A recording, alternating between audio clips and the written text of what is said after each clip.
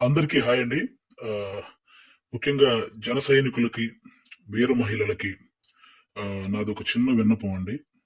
నేను ప్రొఫెషనల్‌గా కమెడియన్ అయ్యుండొచ్చు గానీ, పర్సనల్‌గా 80% మార్కులతో బీటెక్ కంప్లీట్ చేసి, ఈ సమాజం మీద, రాజకీయాల మీద, అలాగే వ్యక్తుల మీద, విలువల మీద, అన్నిటి మీద అవగాహన కలిగిన ఒక వ్యక్తిని నేను కూడా.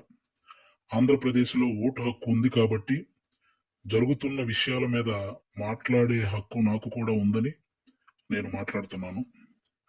అంటే జనసేనకి 24 సీట్లు అని అనౌన్స్ చేయగానే చాలామంది పవన్ కళ్యాణ్ గారిని తిడుతున్నారు. కొంతమంది అలుగుతున్నారు. కొంతమంది అసంతృప్తి చెందుతున్నారు. ఇంకొంతమంది అయితే మోసిన జెండానే కిందేసి కాలుస్తున్నారు. ఇంకొంతమంది అయితే వేసిన స్టిక్కర్స్‌ను లాగేసి పీకేస్తున్నారు. ఇవన్నీ చూసి నిజంగా మనసుకి చాలా చాలా చాలా బాధనిపించింది. ఒక్కసారి ఆవేశంతో కాకుండా మీ ఆత్మ సాక్షిగా ఆలోచించి చెప్పండి. తను నమ్ముకున్న ప్రజలను కానీ, తనతో నడుస్తున్న నాయకులను కానీ మోసం చేసే వ్యక్తిత్వం పవన్ కళ్యాణ్ గారికి ఉంటుందా అండి? పెట్టిన పార్టీకి సపోర్ట్ చేసే మనమే ఇంత ఆలోచిస్తే ఒక పార్టీ పెట్టిన వ్యక్తి ఇంకెంత ఆలోచించుంటాడు. ఒక డెసిషన్ తీసుకోవడానికి తనలో తాను ఎంత మదనపడి ఉంటాడు. ఇది ఒక్కసారి ఆలోచించాలని మనస్ఫూర్తిగా కోరుకుంటున్నాను. 10 సంవత్సరాలుగా ఎటువంటి అవినీతి చేయకుండా తన సొంత కష్టార్జితంతో పార్టీని నడుపుతున్న గొప్ప నాయకుడు పవన్ కళ్యాణ్ గారు. అలాంటి వ్యక్తి గురించి మన శత్రువులు మాట్లాడినట్టు మనం కూడా మాట్లాడితే నిజంగా బాధ అనిపించిందండి. అంటే 24 సీట్లు ఏంటి, అదేంటి, ఇదేంటి 2019లో కనీసం ఆయన్ను కూడా గెలిపించుకోలేని మనం అదేంటి, ఇదేంటి అని అడిగే హక్కు నిజంగా మనకు ఉందంటారా?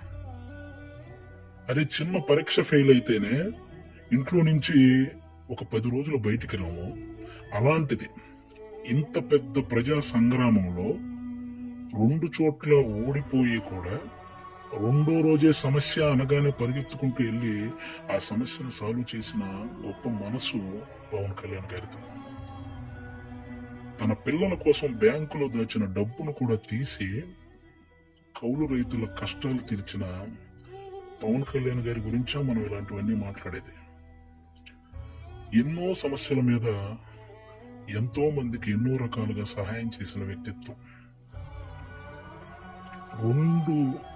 రోజుకు 2 కోట్లు తీసుకునే ఒక స్టార్ హీరో సంపాదించిందంతా సహాయ కార్యక్రమాలకే పెట్టేసి ఆల్మోస్ట్ అప్పు చేసి మరీ ఒక పార్టీని నడుపుతున్నాడని మీరు ఎంతమందికి తెలుసు? అలాంటి పవన్ కళ్యాణ్ గారి గురించి మనం ఎలా పడితే అలా మాట్లాడేస్తాం. దేశంలో ఇన్ని రాజకీయ పార్టీలు ఉన్నాయి, ఇంతమంది రాజకీయ నాయకులు ఉన్నారు. ఎవరైనా సరే మేము అధికారంలోకి వస్తే అది చేస్తాం, ఇది చేస్తాం అనేవాళ్లే కానీ ప్రతిపక్షంలో ఉండగా ఏనాడైనా వాళ్ళ జేబులో నుంచి 1 రూపాయి తీసి ఎవరికైనా సహాయం చేశారా? అలా సహాయం చేసిన ఏకైక రాజకీయ నాయకుడు పవన్ కళ్యాణ్ గారు. అలాంటి వ్యక్తిని పట్టుకొని మనం కులాన్ని తాకట్టు పెట్టాడు, పార్టీని తాకట్టు పెట్టాడు, ప్యాకేజ్ తీసుకున్నాడు అని చాలా ఈజీగా అనేస్తున్నాం. అమ్మలాంటి కులాన్ని, పార్టీని తాకట్టు పెట్టే వ్యక్తే పవన్ కళ్యాణ్ గారు. డబ్బుకు అమ్ముడుపోతాడా? ప్రతిపక్షంలో ఉన్న టీడీపీ కంటే అధికార పక్షంలో ఉన్న వైసీపీ దగ్గరే ఎక్కువ డబ్బు ఉంటది కదా. మరి అమ్ముడుపోయే వ్యక్తి అయితే వాళ్ళే కొనుక్కోవచ్చు కదా. ఎందుకండి ఈ మాటలు? పవన్ కళ్యాణ్ గారు ప్రజలు పంచే ప్రేమకు బానిస కానీ నాయకులు పంచే డబ్బుకి ఎప్పటికీ బానిస కాడు, అవ్వడు. అభిమానించడం అంటే మనకు అనుకూలంగా ఉన్నప్పుడు జై కొట్టడం, అనుకూలంగా లేనప్పుడు బాయి చెప్పడం కాదండి. ఒక నాయకుడు ఎలాంటి డిసిషన్ తీసుకున్నా దానికి కట్టుబడి ఉండటాన్నే అభిమానించడం అంటారు. అదే నిజమైన అభిమానం అంటారు. అలా ఉండగలగాలి. ఎవరో రెచ్చగొట్టే మాటలు మన మీద కావాలని చూపించే జాలికి వాటిని చూసి మన నాయకుడిని మనమే ఎప్పుడు తక్కువ చేసి మాట్లాడకూడదు. అలాగే టీడీపీ కార్యకర్తలకు కూడా నా నుంచి ఒక చిన్న విన్నపం అండి.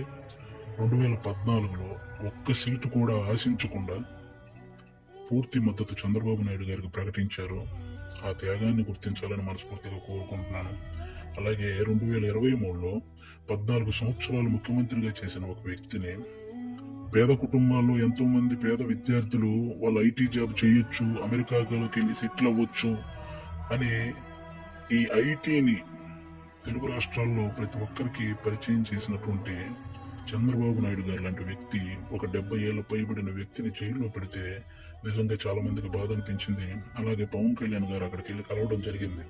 పొత్తు అనేది పెద్ద సభలు పెట్టి ఆడంబరంగా చేసుకోవచ్చు, కానీ అలాంటి ఆడంబరాలు కోరుకోలేదు. అక్కడ కష్టాన్ని చూశాడు. ఆ జైలు ముందుకు వచ్చి అక్కడే పొత్తును ప్రకటించాడు. ప్రకటించిన వెంటనే జన సైనికులందరికీ ఏం చూసించాడో తెలుసా? అవసరంలో మనం ఆదుకున్నాం కాబట్టి అనవసరంగా టీడీపీని ఎవరైనా తక్కువగా మాట్లాడడం కానీ తప్పుగా మాట్లాడడం కానీ చేయొద్దని జన సైనికులందరికీ సూచించారు. ఒక సభలో మనం మాట్లాడేటప్పుడు జనసేన టీడీపీ అని సంబోధిద్దాం, వాళ్ళు మాట్లాడేటప్పుడు టీడీపీ జనసేన అని సంబోధిస్తారు అని కూడా చెప్పి కార్యకర్తల్లో ఒక ఉత్సాహాన్ని నింపారనమాట. అంటే ఒక పొత్తు ధర్మాన్ని ఇంతకంటే నిజాయితీగా పాటించే వ్యక్తి ఎవరైనా ఉంటారా? ఎక్కువ సీట్లు తీసుకుని ఇన్నే గెలిచాడా అనిపించుకోవటం కంటే తక్కువ సీట్లు తీసుకుని అన్నీ గెలిచాడు అనిపించుకోవటం కరెక్ట్ అని భావించి 24 సీట్లకే పరిమితం అయ్యారు. కాబట్టి టీడీపీ కార్యకర్తలందరికీ రేపొద్దున ఆ 24 చోట్ల టీడీపీ కార్యకర్తల ఓటు ట్రాన్స్ఫర్ ఖచ్చితంగా జనసేనకు జరగాలి. ఆయన త్యాగాన్ని రుణం తీర్చుకోవాల్సిన సమయం వచ్చిందని నేను అనుకుంటున్నాను. అలాగే పవన్ కళ్యాణ్ గారి మాటని గౌరవించి జనసేన కార్యకర్తలు కూడా టీడీపీ నిలబడ్డ ప్రతి చోట ఆ ఓటు ట్రాన్స్ఫర్ జరగాలని మనస్ఫూర్తిగా కోరుకుంటున్నాను. చాలా మందికి ఈ 24 సీట్లు ఏంటి అదేంటి అని అసంతృప్తిగా ఉన్న వాళ్ళకి ఒక చిన్న ఎగ్జాంపుల్ చెప్తాను. మహేంద్ర సింగ్ ధోని క్రికెటర్ మీ అందరికీ తెలుసు. ఆయన వచ్చిన కొత్తలో స్టార్టింగ్ లో డక్అవుట్ అయ్యాడు. ఆ తర్వాత మంచి మంచి షాట్లు కొట్టి ఒక 24 పరుగులు చేశాడు. ఇతనిలో గేమ్ ఉంది అని అందరికీ తెలిసేలా చేశాడు. ఆ తర్వాత గేమ్ చేంజర్ అయ్యాడు. ఆ తర్వాత గేమ్ విన్నర్ అయ్యాడు. ఫైనల్ గా క్రికెట్ నే శాసించాడు. మన నాయకుడు కూడా అంతే. స్టార్టింగ్ లో 2 చోట్ల ఓడిపోయి ఉండొచ్చు. ఇప్పుడు 24 సీట్లతో అసెంబ్లీలోకి 21 సీట్లతో అసెంబ్లీలోకి వెళ్ళొచ్చు, 3 పార్లమెంట్ సీట్లు గెలవచ్చు. రాజకీయం బాగా తెలిసిన వాడు అని అందరూ అనుకోవచ్చు. ముందు ముందు ఆయనే గేమ్ చేంజర్ అవ్వచ్చు, ఆయనే గేమ్ విన్నర్ అవ్వచ్చు. మీరు చూస్తుండగానే ఈ రాజకీయాల్ని శాసించవచ్చు. కాబట్టి ఎప్పుడు ఎవరిని తక్కువగా అంత ఈజీగా ఒక పార్టీ నడిపే అధ్యక్షుడు ఎంత ఆలోచించుంటే ఇవన్నీ చేస్తుంటాడని గుర్తు పెట్టుకుని మాట్లాడాలని మనస్ఫూర్తిగా కోరుకుంటున్నాను. ఆయన నిలబడ్డ 24 సీట్లు గెలిపించి ఒక మంచి పొజిషన్ లో ఉంచండి. మన మనసులో ఉన్న పొజిషన్కి ఆయనే చేరుకుంటారు. థ్యాంక్ యూ అందరికీ.